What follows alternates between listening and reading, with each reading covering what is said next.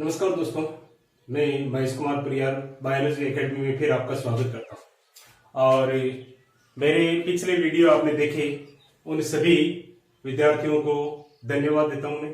और मैं आगे इसी चैप्टर का आगे का जो वीडियो है उसको थोड़ा सा आपको एक्सप्लेन करना चाहता हूं। देखिए, आपके सामने आपने पहले जो नर एवं मादा युग्मकोद्भिद की संरचना और विकास वाला जो चैप्टर सेकंड चैप्टर है राजस्थान माध्यमिक शिक्षा बोर्ड का, वो आपने पढ़ा था।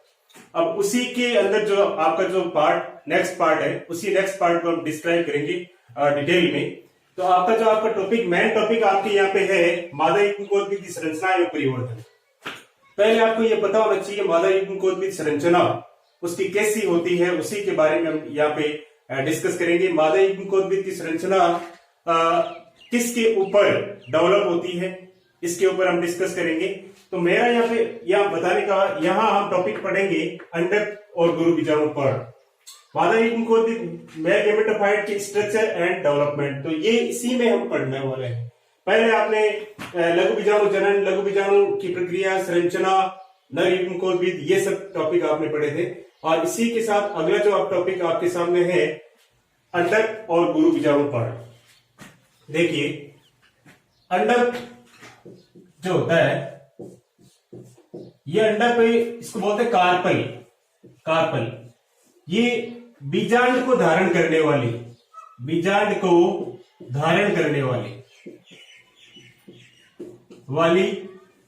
रूपांतरित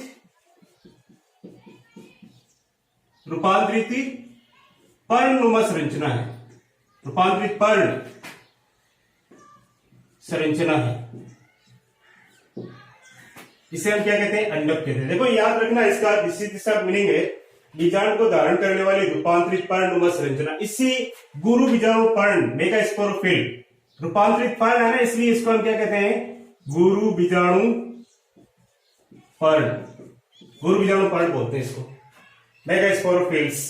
और इसमें देखिए आप, ये जो अंडक होते हैं बीजाणु को धारण करते हैं। तो हमारे जो टॉपिक, मेन जो इंपॉर्टेंट टॉपिक है, मादा युग्मकोद्भिद जायांग वाली संरचना है। जायांग, ये कौन सी संरचना है? जायांग, गायनोसियम जिसे बोलते हैं। और जायांग में बहुत सारे अंडक पाए जाते हैं। अंडक भी बीजाणु को धारण करने वाली रूपांतरित पर्णनुमा संरचना, जिसे हम क्या कहते हैं? गुरु बीजाणु पर्ण। तो यहाँ पे आपके सामने तीन टाइप के क्वेश्चन बन जाते हैं। देखो, एक तो गुरु बीजाणु पर्ण किसे कहते हैं? जो रूपांतरित पर्णनुमा संरचना होती है, जो बीजाणु को धारण करती है, उसे हम क्या कहते हैं? गुरु बीजाणु पर्ण। इसे ही हम क्या कहते हैं? अंडक कहते हैं। और बीजांड की जो संरचना है, मेन इंपॉर्टेंट हमारा जो टॉपिक है, प्रारूपिक एक बीजांड, प्रारूपिक बीजांड की संरचना, ये बीजांड है। मेन इंपॉर्टेंट हमारा ये जो टॉपिक है, इसी से कई बार रिलेटेड क्वेश्चन आते हैं। इसमें आप देखें कि ये जो प्रारूपिक बीजांड की संरचना किस प्रकार की होती है, एंजियोस्पर्म पादपों में, आवर्तीय पादपों में, पुष्पीय पादपों के अंदर। और ये जो गुरु बीजाणु पर्ण है, इसी में देखो, अंडक के अंदर भी हम देखते हैं, अंडाशय के अंदर बहुत सारे अंडक पाए जाते हैं। और ये अंडक आपस में अगर संयुक्त है, आपस में अंडक कैसे हैं? संयुक्त है, तो उसे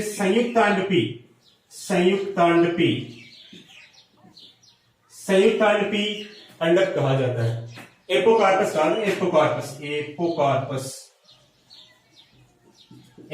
बोलते हैं। अगर अंडक आपस में पृथक पृथक है, अंडक कैसे हो? पृथक पृथक हो, तो इसे वियुक्तांडपी कहते हैं। वियुक्तांडपी, सिनकार्पस बोलते हैं। देखिए, उसके बाद में आप देखें, अंडक के मुख्यतः 3 भाग होते हैं। कितने भाग होते हैं? 3 भाग। अंडक की कितने भाग होते हैं? 3 भाग। सबसे ऊपर वाले पार्ट को कहते हैं स्टिग्मा या वर्तिकाग्र। दूसरा जो पार्ट होता है इसका, वर्तिका। और तीसरा जो भाग होता है अंडाशय, आधारी भाग है, फूला हुआ भाग है, ओवरी बोलते हैं इसको। Stigma, style and ovary, 3 part होते हैं। ये जायांग के 3 भाग है। अंडक का ही इंपॉर्टेंट जो पार्ट है, अंडक की भी 3 भाग है, वर्तिकाग्र, वर्तिका और अंडाशय। तो ये सबसे इंपॉर्टेंट 3 पार्ट है। अंडाशय जो होता है अनेक छोटी छोटी बीजांड को धारण करता है। अंडाशय अनेक छोटे छोटे बीजांडों को धारण करता है। तो बीजांड की आप प्रारूपिक संरचना हम यहाँ पे इस साइड में देख सकते हैं। ये आपके सामने है बीजांड की प्रारूपिकी संरचना। देखिए, इसी के ऊपर हम डिस्कस करते हैं बीजांड की जो प्रारूपिक संरचना है। इस बहुत इंपॉर्टेंट क्वेश्चन, कई बार इसलिए रिलेटेड क्वेश्चन पूछे जाते हैं नीट के अंदर। तो विशेषकर इसी चैप्टर से 3 इंपॉर्टेंट क्वेश्चन बन जाते हैं। 3 बड़े बड़े इंपॉर्टेंट क्वेश्चन बन जाते हैं। आपके बाधा युग्मकोद्भिद से भी बन सकते हैं, नर युग्मकोद्भिद से भी बनते हैं, और बीजांड के जो टाइप्स है उनमें भी बन सकते हैं। तो एक प्रारूपिक बीजांड आवर्तबीजी पादपों में किस प्रकार से पाया जाता है? हम आवर्तबीजी पादप यानी एंजियोस्पर्म की जो फैमिलीज है उसके 82% फैमिलीज के अंदर इस टाइप का बीजांड पाया जाता है। 82% आवर्तबीजी पादपों की कुलों में इस प्रकार का प्रारूपिक बीजांड पाया जाता है। इससे हम प्रतीप बीजांड कहते हैं। ये बीजांड वैसे देखा जाए तो इसके टाइप्स हम पढ़ेंगे 6 प्रकार के होते हैं। तो 6 टाइप में आपको जो प्रतीप बीजांड है, प्रतीप उसी बीजांड के अंदर इस टाइप की स्ट्रक्चर होती है। तो आपको याद ध्यान रखना है, अंडक बीजांड को धारण करने वाली संरचना होती है। बीजांड का सबसे नीचे का जो भाग होता है वो प्लेसेंटा से जुड़ा हुआ, अपरा से जुड़ा हुआ है। ये सबसे नीचे का भाग है, अपरा से जुड़ा हुआ है। आपने 11th क्लास के अंदर बीजांड न्यास पढ़ा होगा, प्लेसेंटेशन, है ना? तो उसी के आधार पे जो मुख्य पार्ट होता है प्रेजेंटेशन का या अपरा का, अपरा से ही बहुत सारे बीजांड लगे हुए रहते हैं। मैं एक ही सिर्फ बीजांड की स्ट्रक्चर आपको बताना चाहता हूँ, एक स्ट्रक्चर को लेकर के हम स्टडी करेंगे। तो इसमें आप देखें, इसके बाद में फिर ये प्लेसेंटा से जुड़ा हुआ भाग है, और इसे हम क्या कहते हैं? बीजांड ग्रंथ। बीजांड ग्रंथ के जस्ट ऊपर की साइड में बीजांड से जो जुड़ा हुआ, पास से जुड़ा हुआ जो भाग है बीजांड ग्रंथ का, उसको कहते हैं नाभिका या हिलम कहते हैं, हिलम। और सबसे ऊपर का भाग है निभाग।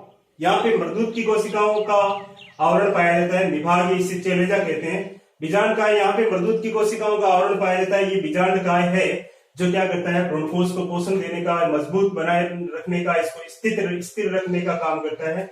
उसके जस्ट बाद हम देखते हैं बीजांड काय के जस्ट नीचे का जो आवरण होता है उसको कहते हैं अध्यावरण। अध्यावरण में हम देखते हैं कुछ में एक अध्यावरण पाया जाता है। अध्यावरण का मतलब आवरण। कुछ में 2 आवरण पाए जाते हैं, कुछ में 3 अध्यावरण पाए जाते हैं। तो अध्यावरण की उपस्थिति के आधार पे कुछ में अध्यावरण एब्सेंट ही होता है। तो अध्यावरण की उपस्थिति के आधार पे हम कह सकते हैं कि देखिए 3 प्रकार इसमें है। कौन कौन से? देखिए, एक तो इसमें बीजांड के एक अध्यावरणी, द्वि अध्यावरणी और अध्यावरणी। अध्यावरणी यानी अध्यावरण का मतलब एटेग्मिक, एटेग्मिक कहते हैं इसको। एटेग्मिक का मीनिंग क्या होता है? अध्यावरण एब्सेंट है, एब्सेंट यानी अनुपस्थित है। द्विअध्यावरण का मतलब है 2 अध्यावरण। कितने हैं इसमें? 2। एक अध्यावरण इसमें कितना होना चाहिए? 1। तो अगर बीजांड काय के जस्ट नीचे की वाली जो संरचना है, अध्यावरण अगर 1 प्रेजेंट है तो 1 अध्यावरणी, 2 है तो द्विअध्यावरणी, और 3 है तो 3 एब्सेंट है तो अध्यावरणी। एटेग्मिक, बायोटेग्मिक, यूनिटेग्मिक, इसको कहते हैं बायोटेग्मिक, बायोटेग्मिक, और इसको कहते हैं यूनिटेग्मिक। तो अध्यावरण की उपस्थिति के आधार पे हम 3 इसके टाइप्स बता सकते हैं, एक अध्यावरणी, द्विअध्यावरणी और अध्यावरणी। एब्सेंट होता है अध्यावरणी वाले पार्ट में। उसके बाद में फिर आता है बीजांड द्वार। बीजांड द्वार ये जस्ट नीचे का क्षेत्रवा जो संरचना इसके अंदर पाई जाती है, जो भ्रूणकोश के जस्ट पास में लगा हुआ पार्ट है। और अब इसके अंदर की साइड में ये जो पार्ट है इसको क्या कहते हैं? बीजांड काय। ये बीजांड काय जो क्या करता है? इसके अंदर की साइड के अंदर भ्रूणकोश संचित रहता है। ये एक मर्दूत कोशिकाओं का उत्तकीय समूह है और इसके अंदर भ्रूणकोश पाया जाता है। उसके बाद में फिर बीजांड द्वार हो गया, भ्रूणकोश हो गया, अध्यावरण हो गया। अब इसके पास आप अगर प्रारूपिक बीजांड के अंदर भ्रूणकोश की संरचना देखें तो इसमें हम देखते हैं कि सहायक कोशिका सबसे नीचे की साइड में, जो एक अंड कोशिका के पास 2 कोशिकाएं स्थित है। भ्रूणकोश हमेशा ध्यान रखना 7 कोशिकीय